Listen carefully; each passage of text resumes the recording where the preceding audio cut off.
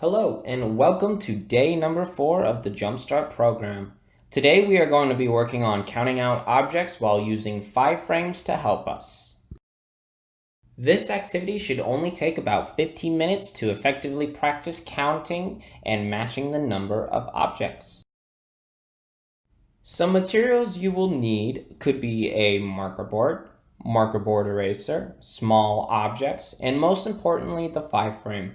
An example of a 5-frame can be found on this slide right now. All of these objects can be found in your Thursday lesson baggie sent home for the Jumpstart program. If you do not have or cannot find all of these materials, feel free to draw the 5-frame on a piece of paper and find any small objects you can find around your home. For this activity, you can show how to use the 5-frame. Start out by saying, this is a 5-frame. It has 5 boxes on it. Let's count them out together. Now say, okay, now I am going to model for you how to count out 3 objects by placing 1 object in each box.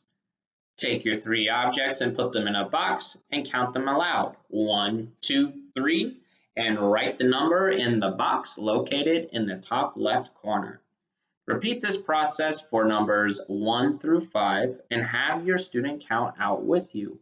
Each time you count the objects, make sure to write the number on the box located in the top left corner. Here are some examples of prompts you can say to your child. The first one reads, place a small amount of objects in front of the student and say, can you tell me how many cubes there are? The second prompt reads, I want you to place blank amount of cubes using the 5-frame. The third prompt reads, give the student a random amount of objects and ask them to figure out how many objects there are. Remember that it is okay if your child does not know counting out skills right now. It is important to have a patient mindset with children that are just starting out their academic journey. If you feel your child is becoming frustrated, feel free to take a little break and come back to the lesson at a later time.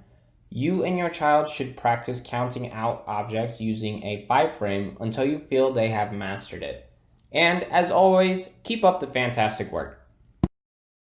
You can also practice counting out objects often anywhere in the world. You can use learning games using technology or apps.